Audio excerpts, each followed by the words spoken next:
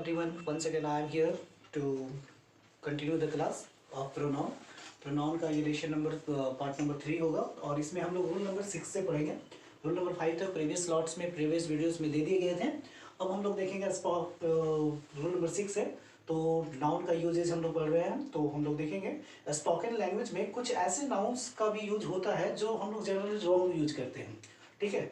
और इसका right use हमें इस तरह से करना चाहिए, इन द फॉलोइंग वे से करना चाहिए। तो हम देखेंगे कि स्पोकन लैंग्वेज में कुछ ऐसे वर्ड्स होते हैं जो जनरल बोलचाल की भाषा में हम लोग अक्सर ऐसा बोलते हैं बट जनरली वो राइट होता नहीं है। इसलिए ग्रामेटिकल मिस्टेक से बचने के लिए कम्पिटिटिव फील्ड में भी हमें इन सारी चीज़ों को ध्यान रखना होता है। तो देखते हैं वो कौन कौन से वर्ड्स हैं। जैसे यहाँ पे मैंने लिख दिया है रॉन्ग यूज हम लोग जनरली करते हैं, इसका राइट यूज जो है इस तरह से होगा। तो let's see the first word is cousin brother और कजन सिस्टर। तो जनरली हम लोग प्रैक्टिकल लैंग्वेज में कजन ब्रदर या कजन सिस्टर का हम लोग यूज करते हैं जो कि गलत होता है। उसके लिए कजन ब्रदर या कजन सिस्टर के लिए हम सिर्फ और सिर्फ कजन का इस्तेमाल करना चाहिए, ये राइट होगा। इसके अलावा इसमें कुछ भी ऐड नहीं करेंगे क्योंकि कजन का मतलब ही होता है brother sister what ever it is included in this word.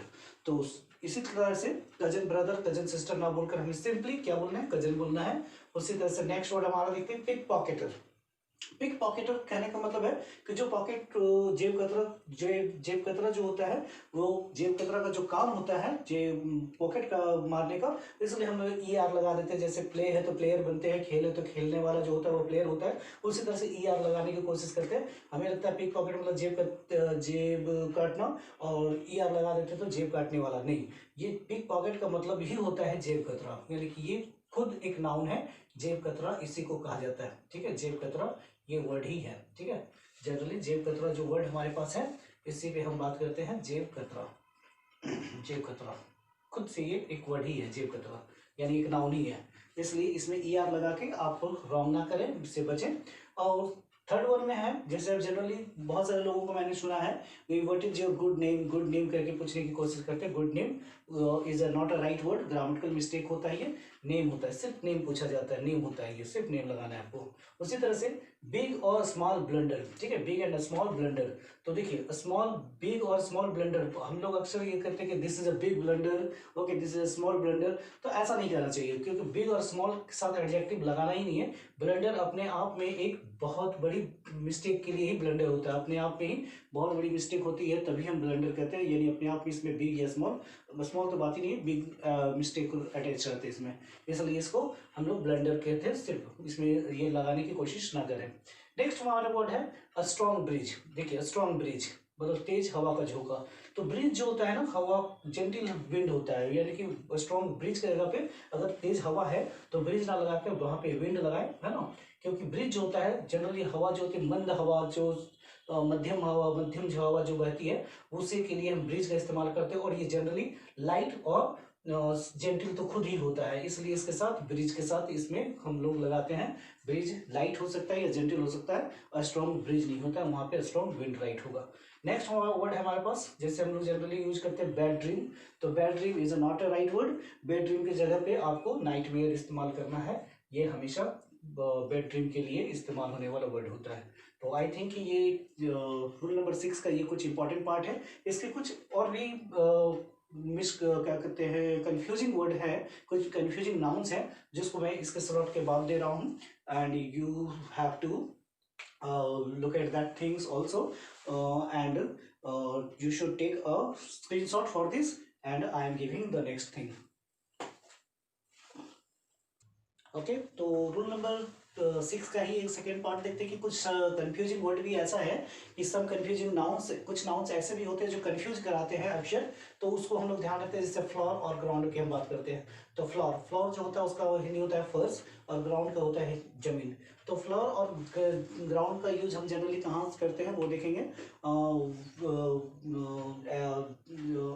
एक हाउस, एक घर जिसमें हम रहते हैं, ठीक है, there is a house in which we live. तो एक ऐसा घर जिसमें हम रहते हैं, तो उस घर का बाउंड्री के, उस घर रूम के अंदर का जो फ्लोर होगा, उस रूम के अंदर का जो ग्राउंड लेवल होता है वो जनरली फर्श के नाम से, फ्लोर के नाम से जाना जाता है। एंड घर के बाहर का जो जमीन होगा, जो पार्ट होगा, लैंड पार्ट होगा, उसे हम लोग ग्राउंड कहते हैं। ठीक है, तो ये बहुत बड़ा इंपॉर्टेंट पार्ट है जो ध्यान रखना होगा कि रूम के अंदर का, घर के अंदर का जो पार्ट होता है, जो लैंड होता है, उसे हम लोग फ्लोर कहते हैं, और घर के बाहर का जो लैंड होता है उसे हम लोग ग्राउंड कहते हैं। तो ये कंफ्यूजिंग वर्ड से बचना है, इसको ध्यान रखना होता है। ठीक है, जैसे हम कह देंगे कि the little baby was playing on the ground. ठीक है, ग्राउंड इन द हाउस। ठीक है, इस तरह से अगर कहेंगे कि on the ground of the house, तो ये थोड़ा सा गड़बड़ लगेगा, क्योंकि on the floor of the house हो सकता है। घर के अंदर का जो ग्राउंड होता है वो फ्लोर के नाम से जाना जाता है, ना कि ग्राउंड के नाम से जाना जाता है। घर के बाहर होता तो वो ग्राउंड से इंडिकेट हो जाता। ठीक है, तो आई थिंक ये क्लियर है। नेक्स्ट आता है स्किल एंड टैलेंट। स्किल जो होता है, जिसका मतलब कौशल होता है, टैलेंट मतलब प्रतिभा होता है, दोनों लगभग एक ही चीज है मीनिंग से। लेकिन स्किल जो होता है वो सीख कर प्राप्त करते हैं, मतलब कुछ चीजों को जो हम बाय बॉर्न, ठीक है, बाय बॉर्न हम लोग उसको सीख कर नहीं आते हैं, तो उसे हम लोग सीखते हैं। जब इसको हम लोग लर्निंग करके सीख कर उसको गेन करते हैं, तो उसको हम लोग स्किल करते हैं। जैसे कि द टीचिंग स्किल, देखिए द टीचिंग स्किल जो है वो क्या होता है, टीचिंग स्किल हम लोग सीखते हैं, जन्म लेने के बाद हमें ये सीखा जाता है कि कैसे पढ़ाना होता है। तो दैट्स वाई टीचर्स लोग ट्रेनिंग लेते हैं ना, तो वो स्किल कहलाता है। That training is known as the skill. तो teaching skill is a good art for the teachers. तो यहाँ पे हम स्किल जो है वो कौशल कहते हैं, सीख कर प्राप्त करते हैं। लेकिन टैलेंट जो होता है जो बाय बर्थ हमें मिला होता है, जैसे हम कह सकते हैं कि आर्टिस्ट का बेटा आर्टिस्ट होता है, तो ये क्या कहते हैं कि इसको हम लोग बोलते हैं टैलेंट बोलते हैं, यानी कि वो बाय इन हेरिडिटरी वो प्राप्त करते हैं, हेरिडिटरी उनको मिला होता है, इन हेरिडिटरी होते हैं वो। तो इस तरह से हम इसको यहाँ पे टैलेंट कहते हैं। ठीक है, टैलेंट कहते हैं कि जैसे हम लिख सकते हैं कि that the artist was very talented. The artist was very talented means वो जन्म से वो सारी चीजें लेके आया है। तो इस तरह से चीजों को हम स्किल और टैलेंट में डिफ्रेंशिएट कर सकते हैं। अब आती है इन एनवी एंड जेलसली। तो एनवी का मतलब भी ईर्ष्या करना होता है, जेलसली का मतलब, लेकिन दोनों में डिफरेंस है। एनवी ईर्ष्या जो दूसरों की चीजों को देखकर हो, मतलब whatever that is not our, that is not on on हमारा अपना ना हो, तो उसके लिए हम एनवी का यूज करते हैं। एंड जेलसली ईर्ष्या, ये यहाँ पे हेटरनेट या ईर्ष्या जो अपनी चीजों को खोने के डर से हो। तो ठीक है, अपनी चीजों को खोने के डर से, जैसे सपोज दैट कि एक बहुत अच्छा फ्रेंड है आपका, अपना फ्रेंड है, और वो कहीं ऐसा लग रहा है कि वो किसी और के फ्रेंड बन जाए, तो वहां पे क्या होता है, जेलसी हो जाएगा। और ईर्ष्या जो होता है दूसरों की चीजों को देखकर जब होता है, जब whenever we see that he is purchasing, he bought a new car, that time we feel envy there, envy, हम वहां पे जेलस नहीं फील करके एनवी फील करते हैं। जेलस क्या होता है, जब हमारा चीज वो खोने का डर होता है। ठीक है, तो जैसे कभी कभी होता है ना कि हम अपनी प्रॉपर्टी को खोने का डर होता है, किसी कोई हमारे प्रॉपर्टी को लेने की वो कोशिश करते हैं, तो वहां पे जेलसी लगाएंगे, ईर्ष्या करते हैं अपनी चीजों को खोने का डर से, या जो भी कोई भी कारण से होता है। ठीक है, तो इस तरह की चीजों को हम कुछ कंफ्यूजिंग नाउन्स है जिसको हम लोग आइडेंटिफाई करेंगे और इसका राइट यूजेज करेंगे इन ग्रामेटिकल मिस्टेक्स को बचने के लिए। तो is that clear? I think ये भी समझ में आ जाएंगे आपको, छोटी सी चीज है। आगे बढ़ते हैं नेक्स्ट स्लॉट में, और नेक्स्ट स्लॉट के लिए हम लोग देखते हैं रूल नंबर 7। ओके, तो यहाँ पे आप देखते हैं रूल नंबर 7 में, some nouns are plural in meaning. कुछ नाउन्स जो है प्लूरल होते हैं मीनिंग में, प्लूरल फॉर्म में ही होते हैं, मतलब बहुवचन के फॉर्म में होते हैं, but when they are used after definite numeral adjectives. देखो ये एक बहुत इंपॉर्टेंट बात है कि जब ये डेफिनिट न्यूमरल एडजेक्टिव के साथ, न्यूमरल मतलब होता है नंबर के साथ जिसमें हम काउंट करते हैं, तो इस तरह के अगर न्यूमरल एडजेक्टिव के साथ अगर वो ऐड होता है या उसके साथ यूज किया जाता है, तब ये क्या होता है, कैन नॉट बी प्लूरलाइज, तब इसको प्लूरलाइज फॉर्म में नहीं लिख सकते हैं। जैसे कि कुछ वर्ड्स के लिस्ट मैं यहाँ पे दे रहा हूँ, वो वर्ड का लिस्ट, इंपॉर्टेंट लिस्ट यहाँ पे देखिए। जैसे पेयर, देखिए प्लूरल फॉर्म में होता है ना, pair, score, gross, stone, 100, dozen, 1000, million, billion, ये सब प्लूरल फॉर्म में दिखते हैं, प्लूरल फॉर्म में होते हैं। बट जब इसको काउंटेबल नाउन के साथ जब अटैच किया जाता है, जैसे आई हैव टू, देखिए टू काउंटेबल नाउन हो गया, तो यहाँ पे टू पेयर्स नहीं होगा, ये पेयर्स नहीं हो सकता। यहाँ पे देखिए सिंगुलर नाउन का यूज करना है, यहाँ पे प्लूरलाइज नहीं कर सकते।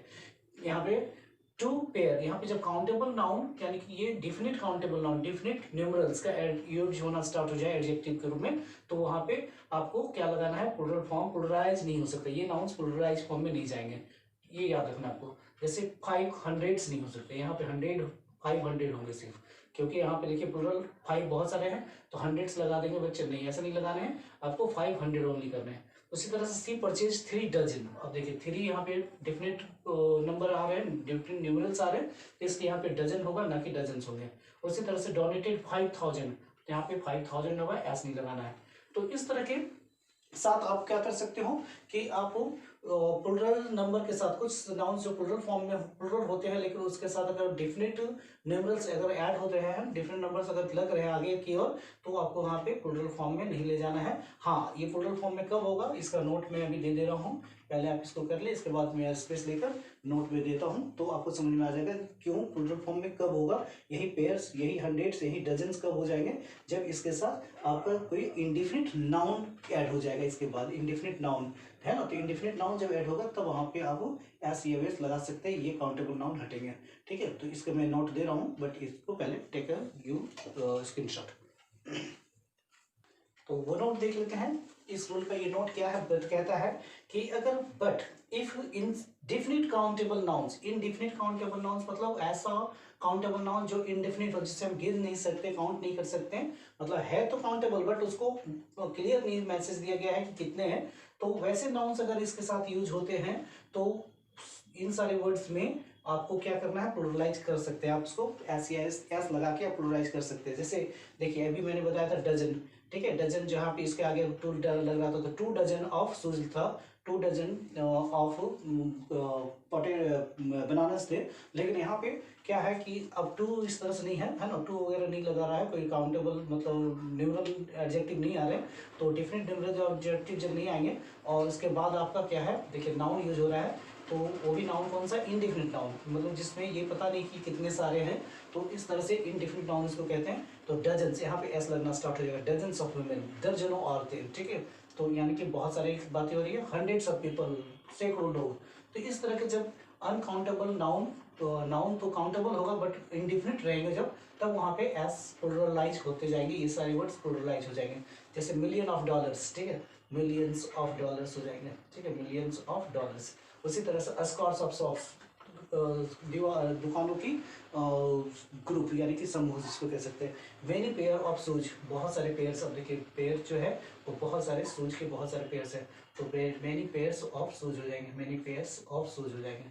ठीक है, तो इस तरह के वर्ड्स के साथ आपको प्लूरलाइज कर सकते हैं, इन वर्ड को प्लूरलाइज किया जा सकता है, इन वर्ड को प्लूरलाइज किया जा सकता है, एस लगाया जा सकता है जब इंडिफिनिट काउंटेबल नाउन इधर ऐड हो जाते तब। जैसे देखिए हंड्रेड्स ऑफ पीपल, देखिए पीपल यहाँ पे है, काउंटेबल नाउन है लेकिन इनडिफिनिट वे में है, कितने लोग हैं ये नहीं पता, तो यहाँ पे हंड्रेड्स ऑफ पीपल कह सकते हैं, तो ये ऐसा लग गया इसमें, hundreds of people came to see the fair, मतलब सैकड़ों लोग मेला देखने आए। He donated millions of dollars, देखिए मिलियंस ऑफ डॉलर्स मतलब मिलियंस ऑफ डॉलर्स मतलब मिलियंस डॉलर्स, यानी कि लाखों लाखों डॉलर्स उन्होंने डोनेट किया। तो इस तरह के जो वर्ड्स होते हैं इसको अलर्ट रहना पड़ता है, ध्यान रखना पड़ता है कि किस कंडीशन में ये सारी चीज़ें अप्लीकेबल हो रही हैं। तो आई थिंक ये सारी चीज़ें क्लियर है। रूल नंबर 8 में हम लोग जाते हैं। Before that you should take a screenshot for this. Okay, that's it. Okay, तो अब हम लोग देखेंगे रूल नंबर 8 को। If a preposition is used after a noun and the same noun is repeated after it, then the noun will be in singular form. Singular form कहने का मतलब यह है कि जब भी दो नाउन प्रीपोजिशन के आगे या पीछे यूज होता है और सेम नाउन होना चाहिए उसमें, यानी कि नाउन जो है रिपीट हो रहा है, तो वैसे नाउन्स, ये दोनों नाउन जो होंगे वो किस फॉर्म में होने हैं, सिंगुलर फॉर्म में लिखने हैं आपको, सिंगुलर फॉर्म में होंगे ये।